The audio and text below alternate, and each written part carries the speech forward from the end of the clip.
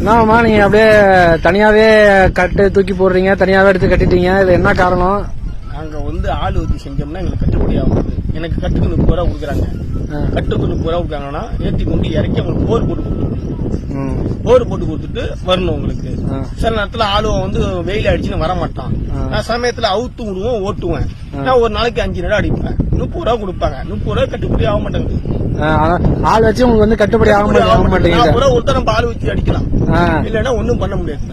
நம்ம என்ன செய்யுது? இப்பெல்லாம் டிராக்டர்ல ஏத்திட்டு போறாங்களே, டிராக்டர்ல ஏற்றிட்டு போய் செலவு அதிகமா இருக்குன்னு தான் நம்மகிட்ட சொல்றாங்க. டிராக்டர்ல கட்டுக்கு ஏற்றுறதுக்கு சம்பளம் அவங்களுக்கு டிராக்டர் வாடகை 600 ரூபா ஒரு நாளைக்கு. ஒரு நடைக்கு 600 ரூபா.